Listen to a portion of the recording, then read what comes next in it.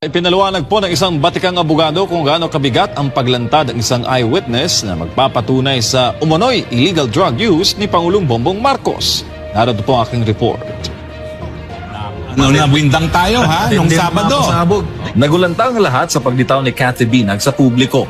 Sa panayam sa kanya ng vlogger na si Maharlika, pinatotohanan ni Binag ang isyu ng umano'y paggamit ng illegal na droga ni Bongbong Marcos Jr. Saad ni Binag sa panayam, ilang beses niya raw nakita na gumagamit ng white powdery substance o cocaine si Marcos Jr. 10 taong nagkaroon ng relasyon si Binag kay dating Davao del Norte Congressman Tony Boy Florendo, kapwa malapit na kaibigan ni na First Lady Liza Marcos at ng presidente ngayon. Kaya para sa law expert na si Attorney Harry Roque, may personal knowledge si Binag sa issue.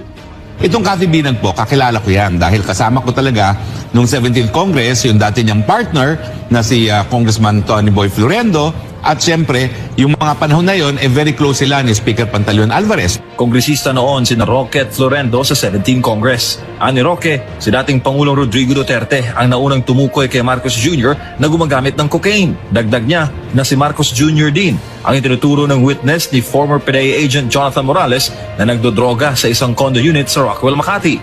Tapos si Maharlika Budjakera nagpakita ng video, yung inaantay ng tao na video. O nagpakita ng video, yung tao naman na pinapakita dun sa video, kamukhang-kamukha ni PBBM. Kaya ani Roque, mahirap pa sinungalingan ng issue ng illegal na droga ni Marcos Jr. sa paglantad ngayon ni Binag, na nauna na nagsabi na inalok at tinanggihan niya si First Lady Liza Marcos na gumamit ng cocaine. Star witness, Cathy Binag. 5 beses ko at least sa 10 taon na ako na siya ay nakipagsama kay Congressman Florendo, nakita ang PBBM na gumagamit ng pinagbabawal na droga. At pati nga po si First Lady ay nabanggit niya na inooperan siya. Dapat naman po magsalita na ang presidente.